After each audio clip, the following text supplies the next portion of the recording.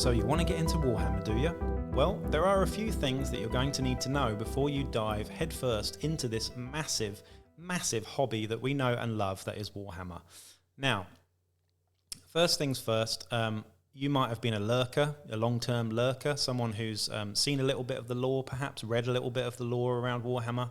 You may have watched some painting tutorials with idiots like me doing silly commentaries on Warhammer as well.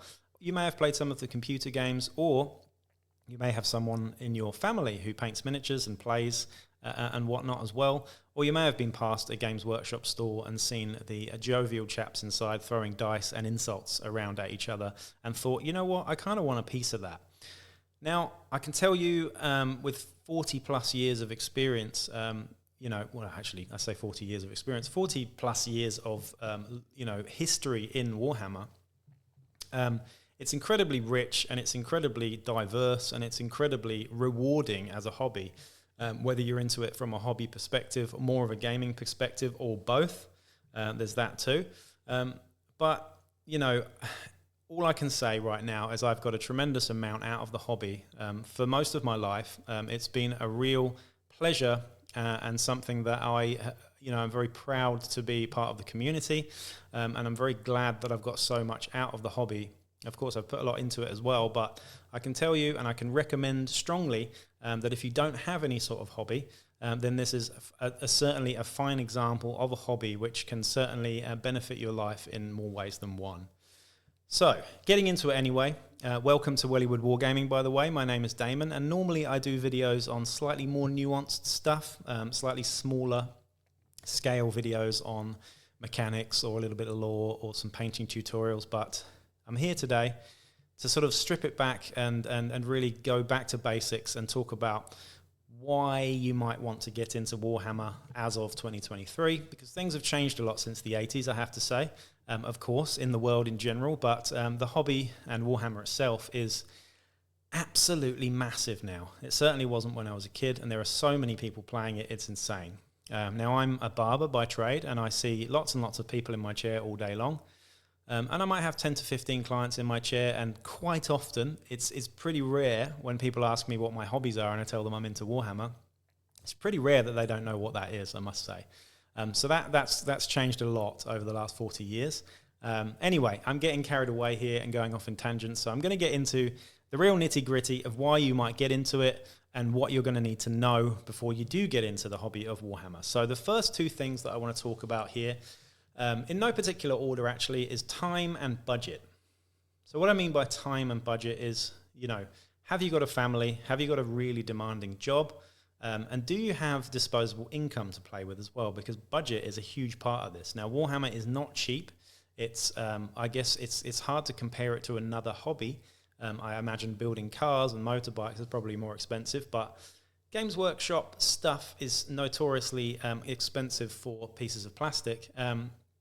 And you can get into the trap where you're spending a lot of money if you're not careful. If you're someone who's not particularly, good with their money, then this can sort of really impact your life in a negative way, I suppose. You might spend too much money on miniatures and not enough money on food and gym and things like that. So do bear that in mind. Do you have some disposable income?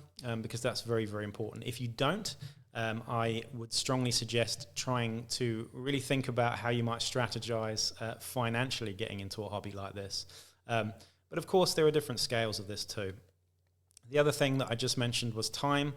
Do you actually have enough time to have games with other people? Do you have time to sit down and paint stuff for several hours on end? Now, it's not necessary to, have a whole day in your week dedicated to the hobby that is Warhammer. But the more time you put into it, the more you get out of it, and I can testify to that, absolutely. So time and budget are massively, massively important things in this, and certainly things that you're going to have to consider if you're on the sort of on the fence about Warhammer and you're considering getting into it. Now, the next things that I would say are equally, if not more important, is friends and community. Do you have friends or people that you know that want to do this with you? If not, if you're completely on your own and you don't know people, it's not the end of the road for you, because chances are if you live in a bigger city, you've probably got a bigger slice of the population that's actually into Warhammer. However, if you live in the middle of nowhere, that might be a little bit harder for you. So the social element can really be damaged by the environment that you're in. I'm very lucky in Melbourne that we've got a huge community here, and we've got several big gaming groups. My particular gaming group is just down the road. It's huge. There's hundreds of people involved. We have 30 tables, 6x4 tables. It's massive. But I'm not going to harp on about that too much. I'm very lucky that I've got that. And as a result, I've met lots of good friends in the last couple of months alone. But you might not have that, and I totally appreciate that. When I lived in New Zealand, I had a much smaller group of friends that were into it, but they were still just as into it. So do you have some friends that are into it, and do you have a community around you that you can be supported by and support in turn as well?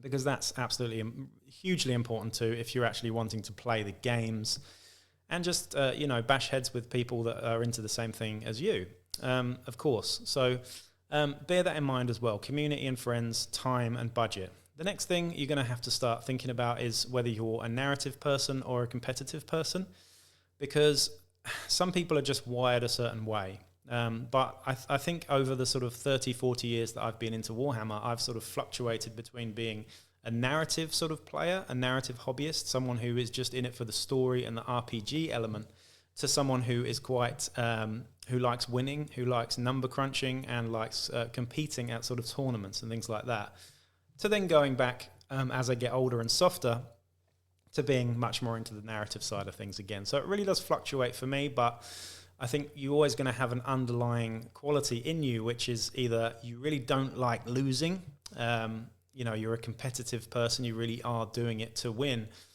or are you doing it for fun? I would say that you're going to have a much happier time if you're doing it for fun than you are just to win, because you ain't always going to win. There's always going to be someone better than you. That's just life. I'm not here to give you life lessons, but it's true. You're never going to win all the time. So just bear that in mind, because you can end up being quite sort of upset with it and end up leaving the hobby as a result if you're feeling like you're not getting anywhere with it from a competitive angle. I'd strongly recommend getting into it from a more of a narrative spin, and then maybe thinking about getting into the competitive side of things later on down the track. So there you go. Time and budget, community and friends, narrative and competitive. The next thing we want to talk about here is getting down to the specific sort of stuff that you're actually going to be doing in the hobby, and that's whether you are into science fiction or fantasy or both. But generally speaking, Games Workshop's games are split to either a science fiction setting, like Warhammer 40,000, or a fantasy setting, like Warhammer Age of Sigmar. Now, that's, I guess, not such an important question. You might be into Lord of the Rings, you might be into Blade Runner, or Star Wars. Whichever takes your fancy, I suppose, is probably going to dictate what kind of games you're playing, as well as the aesthetic of the miniatures and the lore and things like that too. A huge part of why you choose the game that you've chosen. So I'm kind of here to give you a little bit of an explanation as to what sort of games fit into which area. The next thing that is worth thinking about as well, and this is actually quite a big thing, of course, is hobby or gaming. So are you more of a gamer or more of a hobbyist? I think if you speak to most people in the hobby, they will be maybe 30% gamer, 70% hobbyist, or the other way around. Everybody's got a very different sort of ratio. Some people are purely hobbyists. I actually know a few people that are purely hobbyists, and usually that's down to them not having the community around them to actually play the games, I would say. However, I know people that are just gamers and just into tournaments and really can't stand painting and just get other people to do it for them all the time, and that's absolutely fine too. Whatever the reason, whatever the ratio between hobby and gaming is completely is just down to you. But it's worth thinking about which angle you're coming to, which angle you're coming from into it, because that will really dictate exactly what you get out of the hobby as well.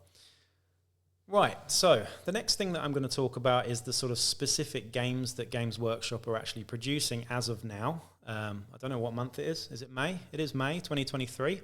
Don't know what year it is either. That was quite hard to think about for a minute there.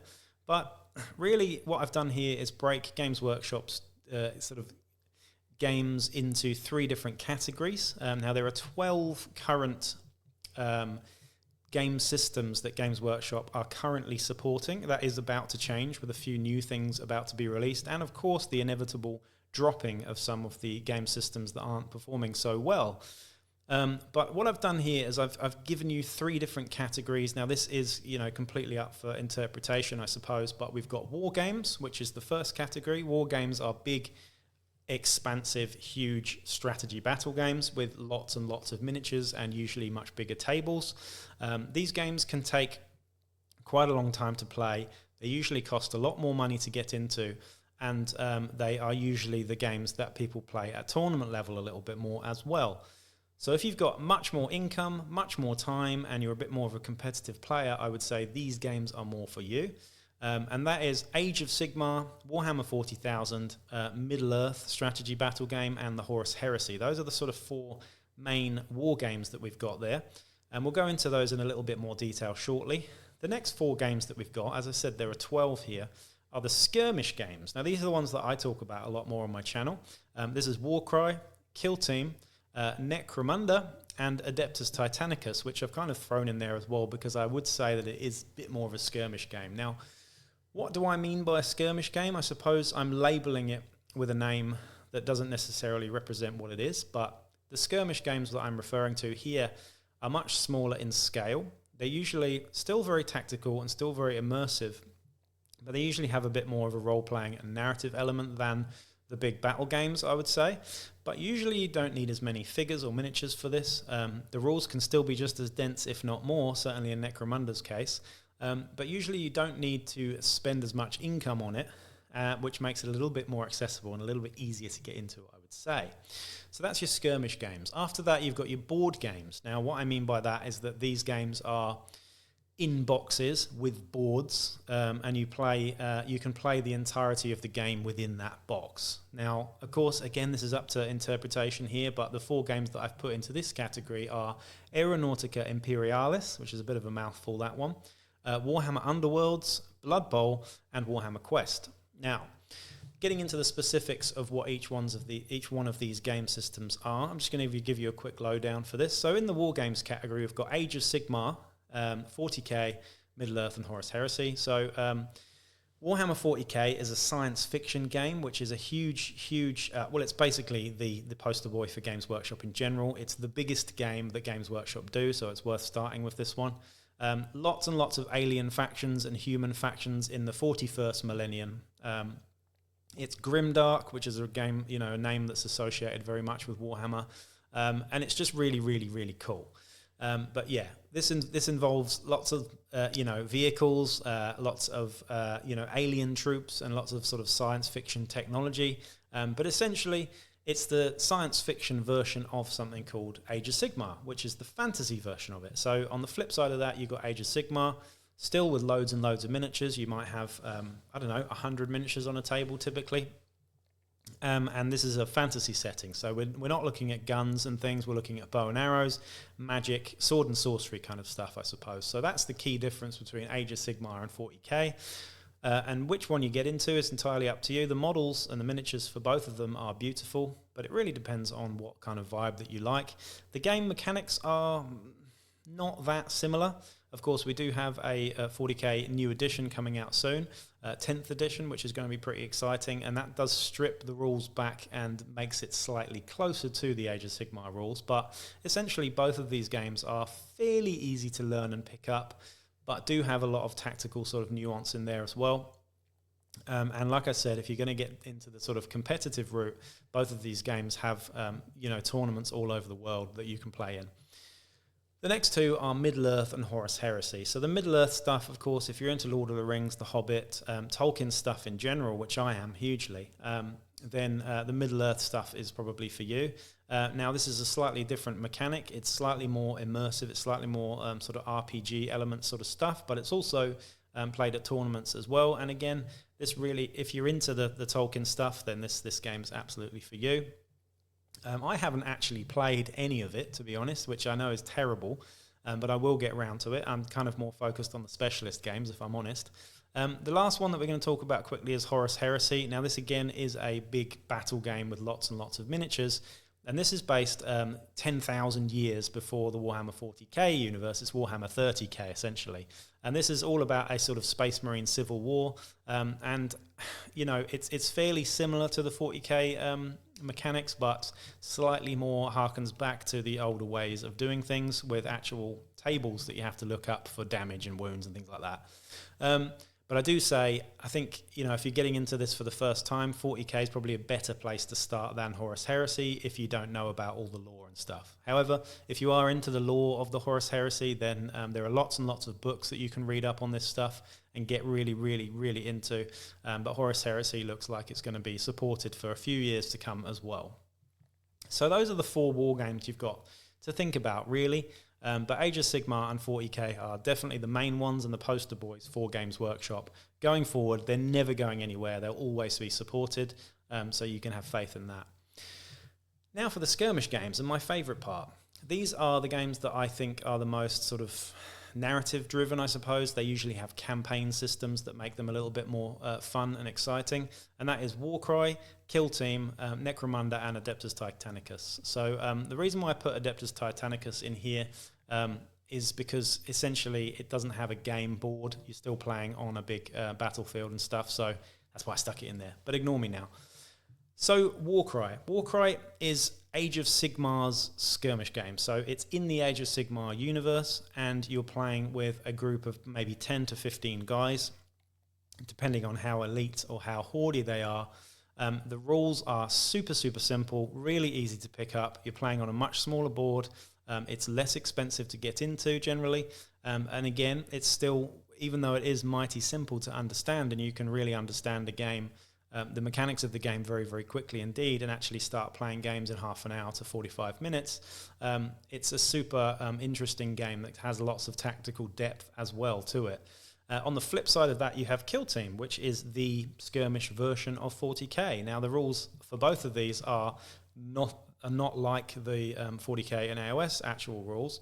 They're much more, I suppose, slightly more stripped back and cleaner. Easier to get your head round to start with, but still have sort of a lot more tactical stuff that you can do in there as well. So that's Warcry and Kill Team. You've then got Necromunda, which is also in the 40k universe, and that's the thing that I talk about the most on here so far, certainly up to this point anyway. And that's the game that I've sort of loved for most of my adult life, since 95 anyway. And Necromunda is definitely more of an RPG sort of version of 40k. It's in the 40k universe, but it is far more of a sort of role-playing experience. You have a gang of humans, essentially, and they level up and get new equipment, and it's got a lot of very, very dense rules, and it's definitely not one of the most accessible games to get into. The rules can be a little bit clunky. There's a lot to learn. But when you do learn it and when you do get really into it, it's definitely one of the most rewarding games that Games Workshop have produced. The next one is Adeptus Titanicus, which is also in the 40k universe. Now, this involves huge titans, which are the size of skyscrapers, giant, pretty much mecha robots, piloted by Imperial guys. And this is a sort of a different sort of game where you're actually using battle suits, essentially, to play the game. And like I said, this is in the 40k universe as well, but it is more of a skirmish game in that you do have less miniatures generally. You might have 4 or 5 titans on each side. So it does make for a similar sort of feel to a lot of the other skirmish games there as well. Again, though, I haven't actually played Adeptus Titanicus, and I'm looking forward to playing it. But if you're to get into it, there is a sort of a box set that you can buy, which has everything in there, and that's pretty easy to get into as well. So that's the skirmish games out of the way. The next thing we're going to talk about are the board games. Now, these are the sort of self-contained, so to speak, games that do have either a game board or just has everything in the box that you need to get started. They're smaller than the other games generally, and usually more affordable as well. I say usually, but yeah. First one is Aeronautica Imperialis, and this is very, very similar to Adeptus Titanicus, another similar long name to say. But Aeronautica essentially is the same scale, and it's aerial combat in the 40k universe. So really, really fun, really, really tactical, quite easy to get your head around again, but it involves a board with lots of hex squares, so your movement is based on this board. You can't really fly off the board or anything like that. But really, really cool. It's basically dogfighting, Top Gun in the 40k universe. It's really, really good, but it does look, unfortunately, like Games Workshop are about to drop it, or perhaps change things a little bit going forward, because the support seems to have been a little bit scant lately.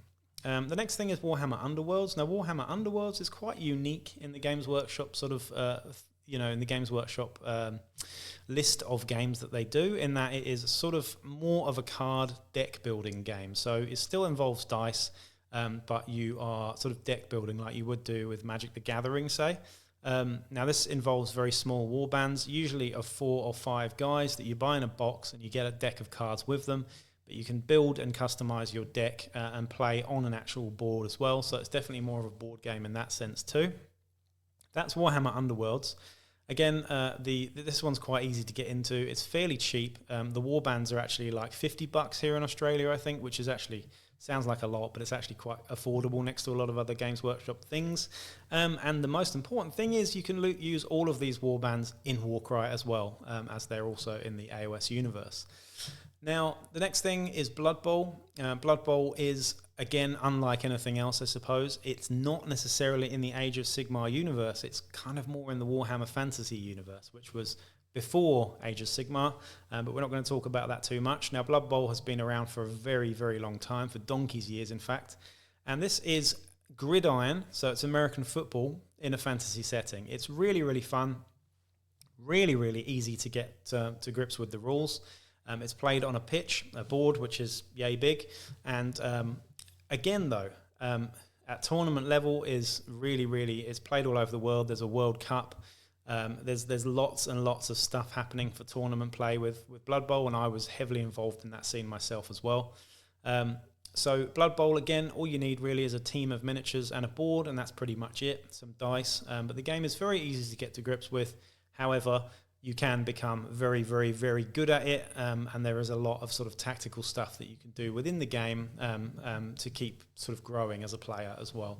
The last one we're going to talk about, and definitely the most board gamey of the board games, I would say, is Warhammer Quest. These ones are, if you remember back in the day, Hero Quest. This is basically the evolution of Hero Quest. So you've got a board and you've got a bunch of heroes that move around the board and interact with baddies and enemies, and you've got little quests that you need to do, and you can get treasure and things like that. And it's definitely much more of a board game, similar to Talisman as well, which was a game back in the day. But the Warhammer Quest games, they do a science fiction version. The last one that was out was called Blackstone Fortress, which I think you still get. And the newest one, which was Cursed City, which was in the AOS universe as well. Those are the 12 sort of games that you've got to consider if you're going to get into the game for the first time, or into the hobby for the first time. So really, just recapping on everything I've talked about here, time and budget, that's going to dictate which of these game systems you're actually going to get into, because if you've got loads of disposable income, sure, you can get a whole 40k army and you can paint it up and you've got a bit more time, then 40k is probably for you. If you've got very little budget and very little time, then maybe Warhammer Underworlds or Blood Bowl or something might be better suited to your lifestyle. But these are some things that you really need to think about. But essentially, what do you like the look of? Which models do you like the look of? Which sort of story and lore do you like the look of? Because there are plenty of novels and books that you can read about the lore for all of these games, and it's really, really rich and interesting and great to get into. So that's pretty much it from me. That's all I really wanted to do. I'm losing my voice already. I need a cup of tea. But yeah, please do, if you enjoyed this video and you got to this point, please do like, share, subscribe, and consider my Patreon as well as a way to actually help me keep doing these videos. But in the meantime, that is it from me, and peace out.